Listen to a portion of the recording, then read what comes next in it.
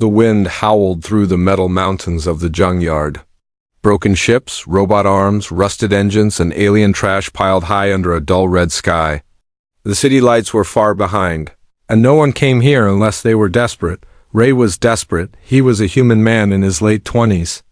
Not rich, not powerful, just a scrapyard scavenger with a sharp eye and a kind heart. Every day, he searched the junk for parts he could sell in the city. Most nights, he found nothing special, but tonight was different. Ray had just picked up a broken solar panel when he heard a sound. Thump. It wasn't metal falling. It was softer.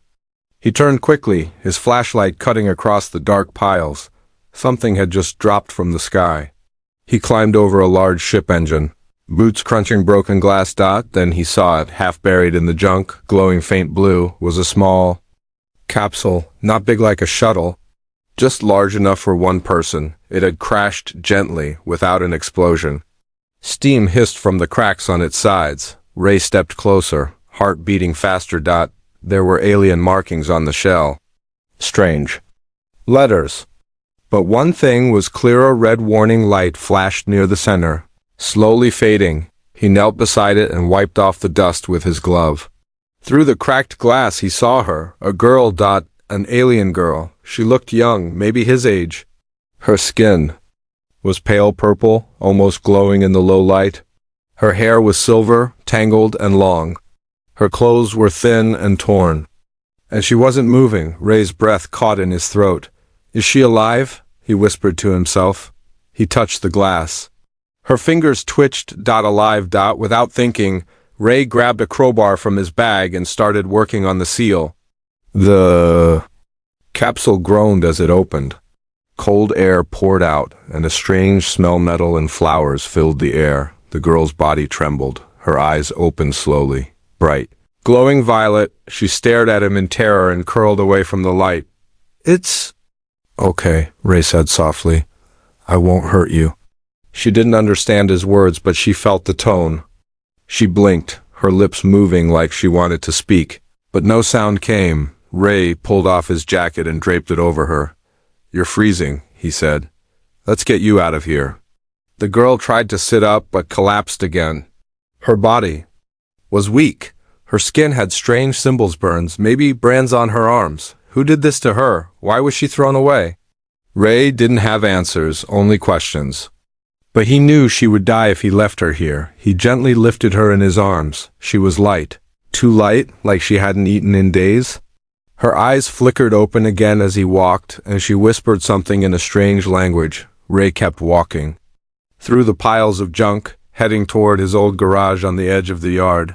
The wind blew harder now, like something was watching. Ray pushed open the creaky metal door of his garage and laid the alien girl on an old mattress. He turned on a small heater and placed a water bottle next to her.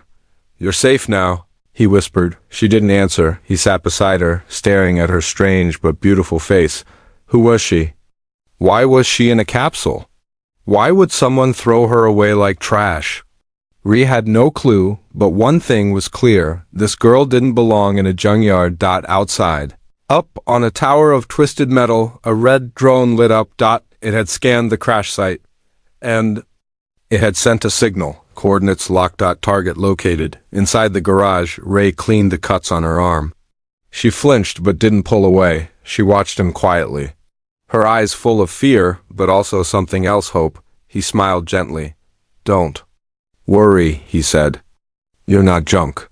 She blinked. Then, her lips moved again, struggling to form a word. Ray. He froze. Had she just said his name?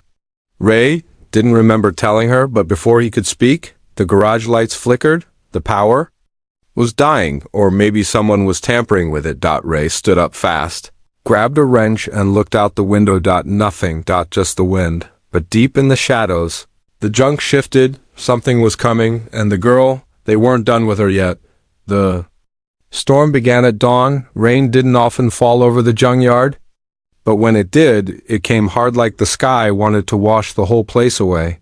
Ray stayed inside his small garage, watching the girl. She lay curled under 2 blankets, her body still weak, skin pale like moonlight. She hadn't spoken again since whispering his name. He didn't know how she knew it.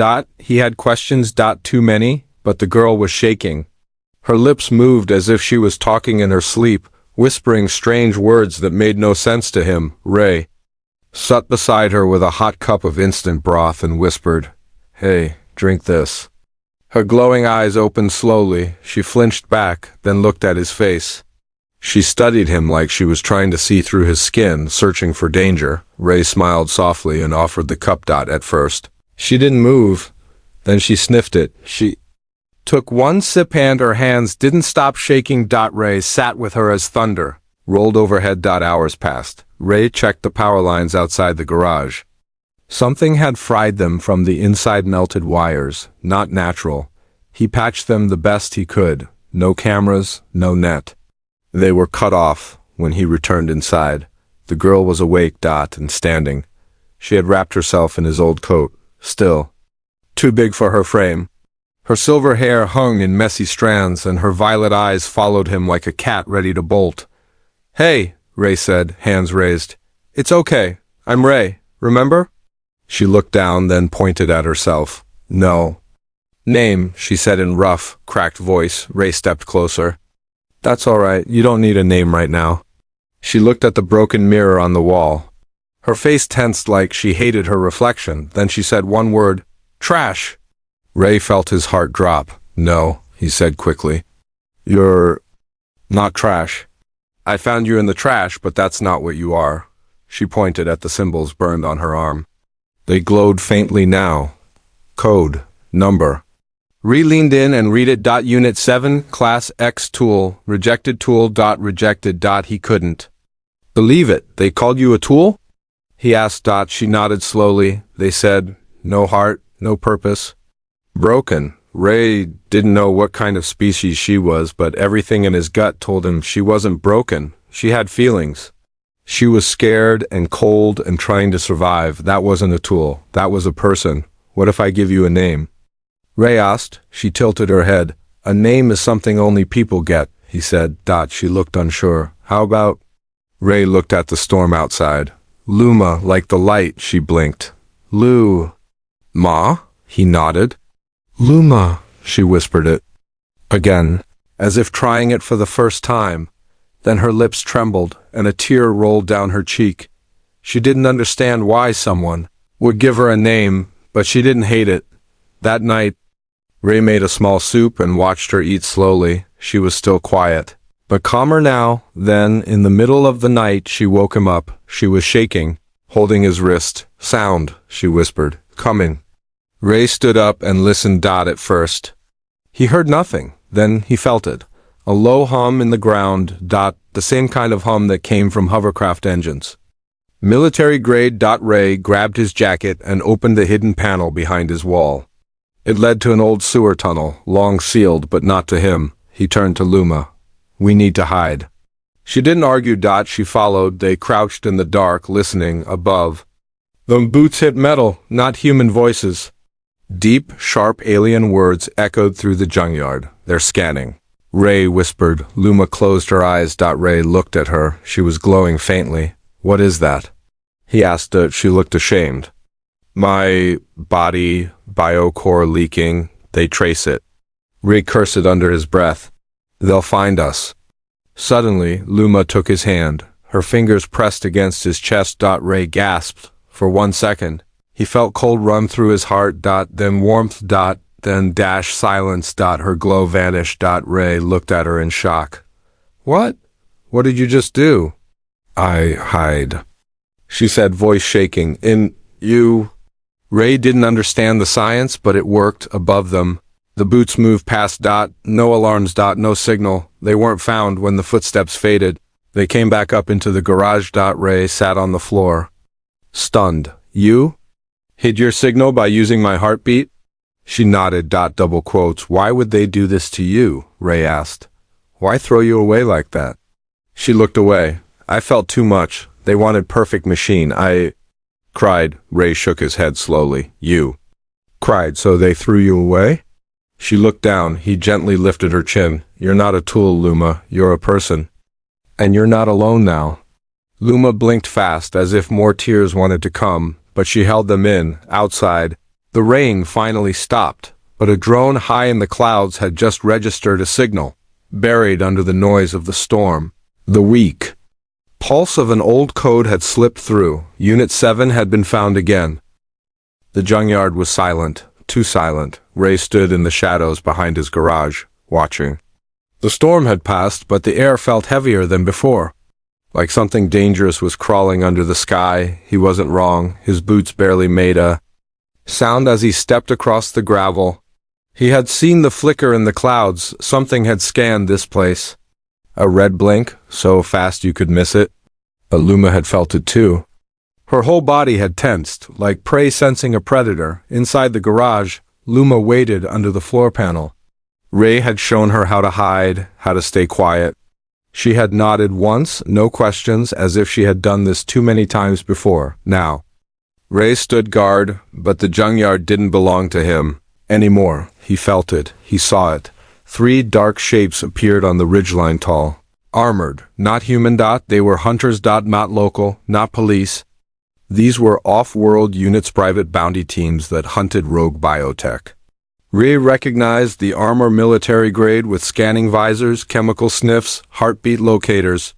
Tools made for one thing, capture or worse. Ray ducked back behind a trash pile and cursed quietly. How did they find her again?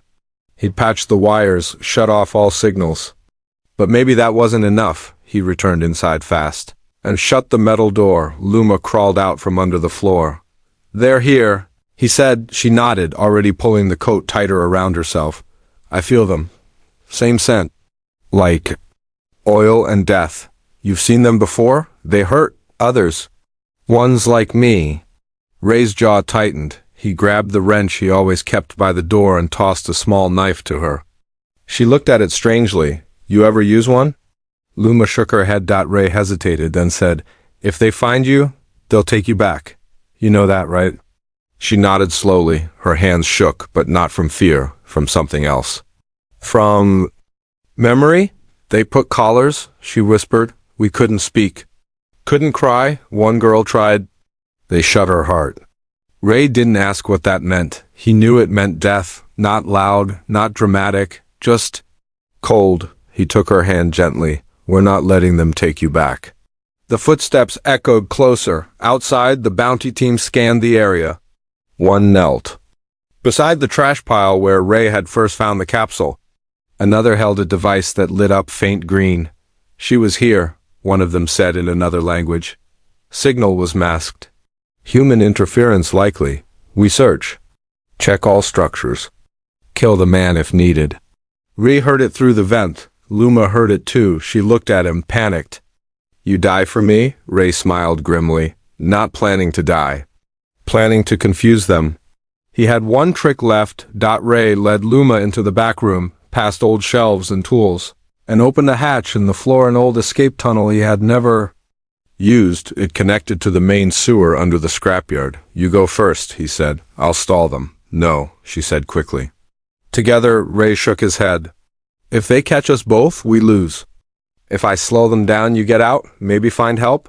She reached out and grabbed his arm tightly. "No, not again." "I can't lose another." Ray paused. "What do you mean, another?" But before she could speak, a loud crash hit the front door. They were here.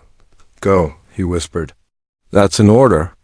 Luma stared at him for 3 long seconds. Then she ran. Ray walked to the front of the garage with his wrench in hand.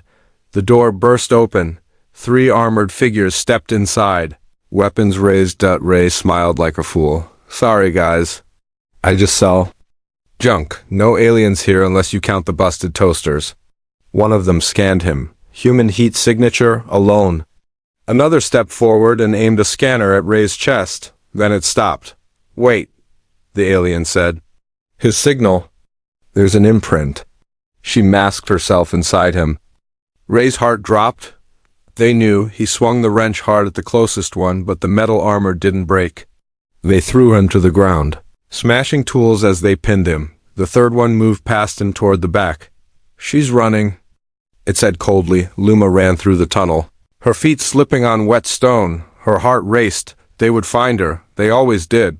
She reached the end of the tunnel and it was blocked. A pile of metal had collapsed during the last quake. There was no time to dig through it. She turned, footsteps echoed behind her. The third bounty hunter had followed. He raised a glowing blade and said something in a cruel tongue. Luma backed against the wall, breathing fast, but then she remembered. Ray, he had stood to protect her. He didn't even know her name at first. He had risked his life, not because she was useful, but because she was worth saving. Something broke inside her. Not fear. Control. Her eyes lit up like fire. The marks on her arms blazed. And when the hunter stepped forward, she moved faster than light. Back in the garage, Ray was bleeding, struggling to move. Then he heard it. A loud crash. Screaming. Metal bending. Then silence. Moments later, Luma stepped into the garage alone. Her hair was glowing, her hands were burning, and her voice when she spoke was calm and final. They won't take me back again. Ray looked up at her, stunned. You're not just any girl, he whispered. No, she said. I remember now. I was made to survive. The flames had gone out, but the heat still lingered in the air. Ray lay on the cold garage floor, his body aching from bruises and cuts. Around him, the wreckage of a fight that shouldn't have been possible. Bounty hunters in full alien armor, knocked out cold. Bent metal, broken gear, burned walls, and her, Luma, stood quietly beside him, her silver hair glowing faintly, her arms still hot with leftover energy. But her face didn't show pride, not even victory. Just fear of herself. Ray coughed and tried to sit up. You saved me, he said, breathing hard. Luma didn't answer. She looked at her hands, like they were dangerous. Ray noticed she was shaking. You did what you had to, he said gently. It was them or us. Still no answer. Then she whispered, That wasn't me, that thing, that weapon. Ray pulled himself up and placed a hand on her shoulder. Yes, it was you. But you're not a weapon. You made a choice to protect. Luma's eyes were glowing again, but this time from tears. I remember now, she said. Ray listened, heart pounding. I wasn't born in a family. I was made in a tank. In a lab. On Velio 9, they called us the heartless seedlings. We weren't supposed to feel, just obey. Ray frowned. But you did feel. That's why they threw you away, she nodded. They said I was corrupted, defective. I cried once, when one of the others died. They took me away. They burned the mark on my arm. And they said, her voice broke, they said I'd rot in space like trash. Ray closed his eyes. Anger boiled inside him, now not at Luma, but at the monsters who had done this. You're not trash, he said. You're more human than most people I've met. She looked at him, surprised. Ray smiled. You cried for someone else. That's not a defect, Luma. That's a heart. Later that night, Ray fixed up the garage the best he could. Luma stayed quiet, watching him move. She had asked once if he was afraid of her. Now Ray had simply laughed. I'm afraid of bills, not girls with glowing hands. Luma didn't laugh out loud, but she smiled, and that was enough for Ray. He set up a warm place for her to sleep, added extra blankets, and gave her a new shirt from a pile of old Earth clothes. She looked strange in a human hoodie, but somehow more real. Less like a lab tool. More like a person. By morning, they were already packing. Ray knew more bounty teams would come. This wasn't over.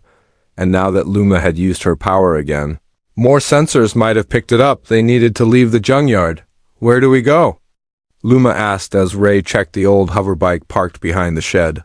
There's a trader I know, Ray said. Old friend. She has a ship. Maybe she can get us off planet. Luma touched the bike gently. I've never left the labs before. Never saw stars from outside a window. Ray looked at her and said, Then you're about to... But just as they were loading the bags, Luma stopped. She dropped her bag and clutched her head. Luma! Ray ran to her. She was shaking, her eyes glowing brighter than ever. Then she spoke. But it wasn't her voice. It was cold, robotic. Prototype. Luma detected. Recovery team en route. Stasis protocol activated. Ray froze. What is that? Luma gasped, voice still not her own. Core awakening. Mission priority reset. Emotion suppression. Failed. Then she fell to her knees. Ray caught her before she hit the ground. "Stay with me." "Luma, fight it!" Her body pulsed with light. Then her own voice returned. "Ray? Help me." "They put a lock in my brain." Ray held her tightly. "Then we break it." He rushed her inside the garage again, searching through his toolbox for anything: wires, old neural pads, an ancient decryption chip. "I'm not a doctor," he muttered, "but I once fixed a broken mining bot's brain. Can't be that different." Luma weakly smiled. "I'm more than bot." "Exactly," Ray said, "so you're gonna live." He strapped the scanner to her temple and powered it with an old battery. The screen flickered, showing a series of alien code strings flashing across: locked systems, emotion blockers, emergency. Shutdowns. He had never seen tech like this. He cursed it under his breath. Then he saw one line blinking at the bottom of the screen. Override code. External bond detected. Ray didn't understand, but then the scanner asked, "Do you trust the bond?" He looked down at Luma. Her hand was weakly holding as he pressed yes. The scanner beeped. The lock shattered. Luma gasped, then screamed. A final burst of energy shot from her chest, like a pulse wave, then silence. Her eyes slowly opened, and this time they were clearer than ever. "You saved me," she said softly. Ray smiled. "Told you I fix things." Outside, a distant skyport shimmered with smoke trails. The galaxy wouldn't stop hunting her, but Luma wasn't a helpless tool anymore. She was alive, awake, and she had someone beside her. Smoke rose from the garage chimney. But it wasn't from fire. It was from the engine. Ray had just hot-wired an old hovercart meant to haul scrap, now converted into a small escape vehicle. Rusty, loud, and patched together with tape and hope, but it moved. And that was all they had. Luma sat in the passenger seat, quiet. Her hoodie was pulled low over her glowing hair. Her violet eyes scanned every corner of the horizon like she was waiting for someone to jump out of the shadows. Ray tightened the straps on the bags in the back. "Ready?" he asked. She nodded slowly. "I'm not sure where safe is," she said, "but I'll follow you." Ray smiled. "Then let's get far away from this junk pile." The hover cart rumbled down the outer dirt path of the junkyard. The sky was dark orange now, with heavy smog from the nearby factories. Every once in a while a drone flew overhead, scanning silently. Ray drove slow, avoiding main roads. He didn't trust anyone anymore, not after what happened in the garage. They had made it through the night, but just barely. Luma's power had stabilized after Ray unlocked her mind. But that also meant one thing: the galaxy would know. They would smell freedom on her, and they would come for it. After 2 hours, they reached the outer wall of the industrial district. Behind it, thousands of alien workers lived, worked, and traded in silence. Here, Ray had a contact. Her name was Dessa. She used to run smuggling jobs across star systems. But now she sold fuel and fake IDs to anyone who paid enough. Ray stopped the cart beside a cracked building. Luma followed, her eyes watching every doorway. Side. The air was thick with engine oil and something worse: fear. They entered a dim-lit garage, where a woman with cybernetic arms was welding something massive. She turned and raised her visor. "You brought trouble," Dessa said, frowning. Ray raised his hands. "I brought someone who needs a way out." Dessa looked at Luma. Long, hard. Then she sighed. "You know how many people are looking for her?" "I don't care," Ray said. "Do you still have the Falcon 5 cargo ship?" Dessa laughed bitterly. "Maybe, but ships don't fly without clearance. And she pointed at Luma, sets off every alarm system from here to the core worlds." Luma stepped forward slowly. "I can hide myself inside system code," she said. "For 3 minutes." Dessa blinked. "You can do that?" Luma nodded. "But only once, only if I link directly." Ray looked between them. "So we use that window, 3 minutes, in and out." Dessa shook her head. "It's suicide," Ray smiled. "Then it's just like old times." That night, they snuck into the private dockyard where the Falcon 5 rested, a small but fast ship, painted dull gray, perfect for slipping through trade routes unnoticed. DSSA had cleared a path, bribed 2 guards, and hacked the perimeter lights. But even with that, something was off. Luma paused halfway up the ramp. They're watching, she whispered. Ray looked around. I don't see anyone. Luma closed her eyes. There, she pointed, up in the tower. Ray raised his scope, a sniper drone. They'd been found. No time, he said. We have to run it. Luma grabbed his hand. This is my fault, she said. I should go back. Let them take me. You'll die if you stay. Ray stared at her like she'd just insulted the stars. You think I'd let them take you after all this? He said. Luma, I didn't risk everything just to watch you get caged again. She looked down. You're the first person who ever said my name like it mattered? Ray squeezed her hand. Because it does? They ran. Luma sprinted toward the ship's control port, tearing open the panel and linking her fingers into the neural lines. Her body jolted as she entered the code system. Inside her mind, she was flying, swimming through streams of digital commands. She found the ID gate. Locked. She reached into it, screamed, and forced her own biosignal to match a dead trader's. Code. It worked. Outside, Ray ducked behind a crate as the sniper drone fired. Sparks flew inches from his head. DSSA opened the ramp. Get in now, she shouted. Luma's body collapsed from the effort, but Ray caught her mid-fall and dragged her up the ramp. DSSA hit the launch sequence. Engines roared.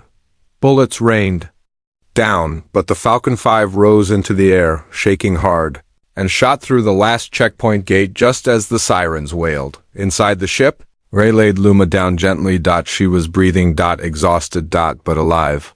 You okay? He asked. Her eyes opened, and this time she smiled. I flew. Ray chuckled. You did? Dessa came into the room, throwing him a med pack. You've got 5 systems on your tail, kid, she said. But I'll take you out of this zone. Ray nodded. That's all we need. Luma sat up slowly. What now? She asked. Ray looked at the stars through the window. Now. We find a place where no one owns you. A place where you're not a code or a class or a unit. And if that place doesn't exist? She whispered. Ray looked back at her and said, then we'll build it. The stars blurred past the ship like streaks of silver. Inside the Falcon 5, silence filled the main cabin. The ship floated in deep space, far from any planet, any colony, any law. But silence didn't mean safety. Luma sat by the window, her knees pulled up to her chest. Her body was still recovering from the system override. Her fingers trembled, not from fear but from something waking inside her. Power. Real power. And she didn't trust it. Ray stood in the corner, checking the ship's old navigation maps. He'd removed his jacket, revealing a long burn down his left arm from the last escape. It hurt, but he didn't complain. DSSA walked in from the cockpit, tossing him a data chip. Bad news. We have a tracker. Ray looked up. On the ship? Dessa nodded. Hidden inside the cargo mount. High frequency, not your usual junk market tag either. Military grade. Luma slowly turned her head. They marked me again. Ray cursed under his breath. Luma's voice was hollow. No matter how far I go, they find me. Ray walked to her and sat beside her. You're not the problem, he said. They are, and maybe it's time we stop running. Luma looked at him. What do you mean? I mean, we don't just hide anymore, we fight back. The signal had already gone out on a distant moon station inside a cold control room. 3 figures in dark coats watched the blinking dot on their display. She's alive, one of them said. And she's near the free zone, another nodded. Send the reclaimer, the real one. She is no longer a test. She is the threat. Hours later, the Falcon 5 touched down on an old mining asteroid. It was uninhabited now, just metal and dust, once used for extracting rare minerals. Ray picked it because no one would think to search a dead rock. The plan was simple. Shut down the tracker and refuel, but nothing was simple anymore. Ray and Dessa worked outside the ship, trying to cut out the tracking chip buried under the hull. Luma stayed inside, watching the monitors, then her breath caught. Something moved on the radar. Too fast. Ray, she shouted. He looked up just in time to see the sky above them. Rip open like paper torn by fire. A black ship dropped out of a stealth portal, its wings wide like a bird of prey. No lights, no markings. Just death. It's them. Luma whispered. She stepped off the ramp and into the open air. Ray grabbed her wrist. What are you doing? I feel it, she said. They didn't send a team this time. They sent her. The ship above them opened. And one figure floated down, not walked. Floated. A woman. Or something that looked like a woman, metal skin. Glowing red eyes, long white hair that flowed like smoke. Her voice echoed without sound. Prototype Luma, return to system. You were not made to roam. Ray stepped in front of Luma, wrench in hand. Back off, he said. The figure didn't even glance at him. You are irrelevant. You will be erased. Luma's heart pounded. It wasn't fear. It was fire. The same fire she'd held back her whole life. They made her weak on purpose. They trained her to obey, but the lock was broken now. She wasn't a seedling anymore. She was something else. She stepped forward. The woman raised a palm, and a beam of blue light shot out. It never reached Luma. She caught it with her bare hand, then crushed it like glass. Ray and Dessa stared in shock. Luma's body glowed bright silver. The ground around her cracked. Her voice rose, not afraid, but clear. You made me to feel nothing. But I feel everything now. You wanted silence. I give you a storm.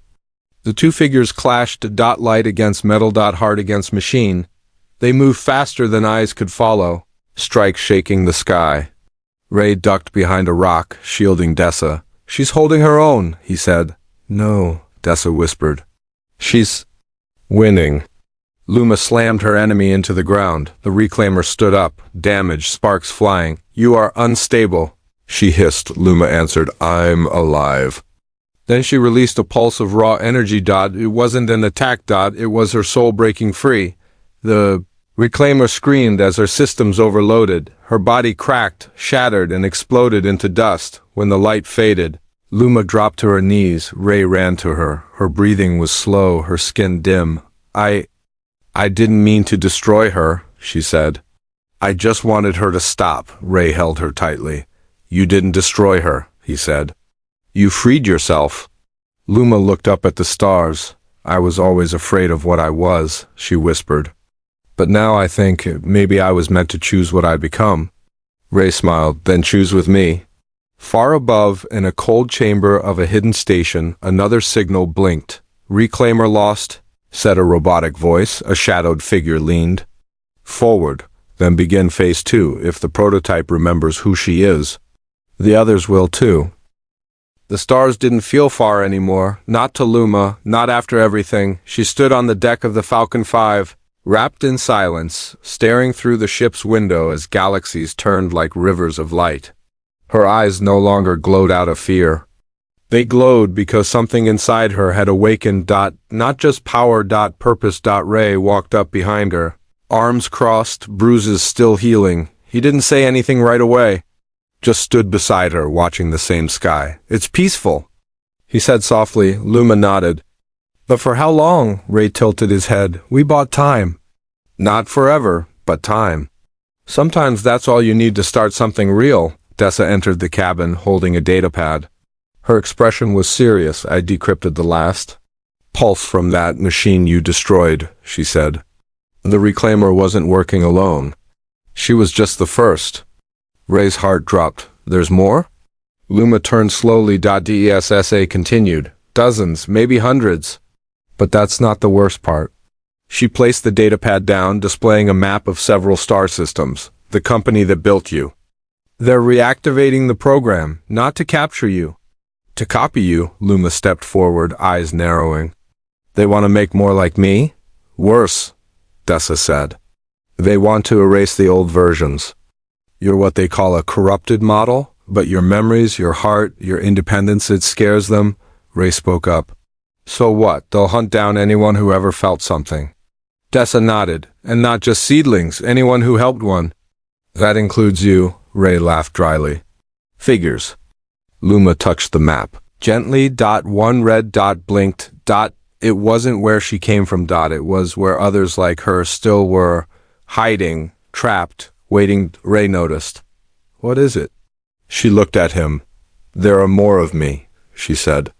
I can feel them now. The link isn't broken anymore. They're scared, alone, like I was. Ray stepped beside her. Then we find them. Dessa blinked. You want to fight the largest biotech company in the sector?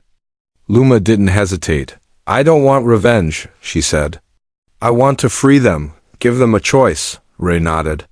Then we do it together. They landed on a quiet moon. It wasn't on most charts.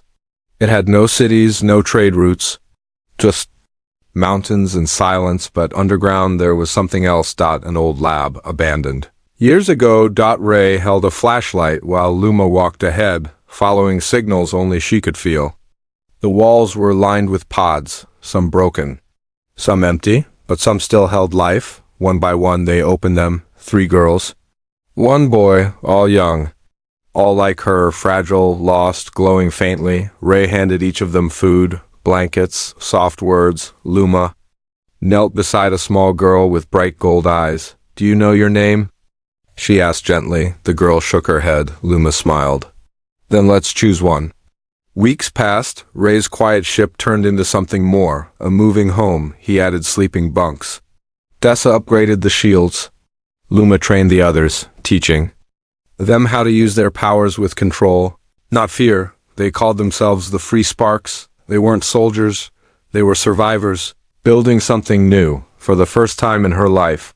Luma laughed freely. She danced once in the control room with the youngest Spark girl, spinning her under the blinking stars. She shared stories about Earth food, about shoes that didn't hurt, about what home meant. Ray watched from the doorway, smiling like he'd won a war just seeing her happy, but peace never stayed long. One night, the ship's alarm triggered. A message broke through the shield, a visual. An old man in a black robe appeared on the screen. Luma froze. She knew him. He was the one who first activated her pod.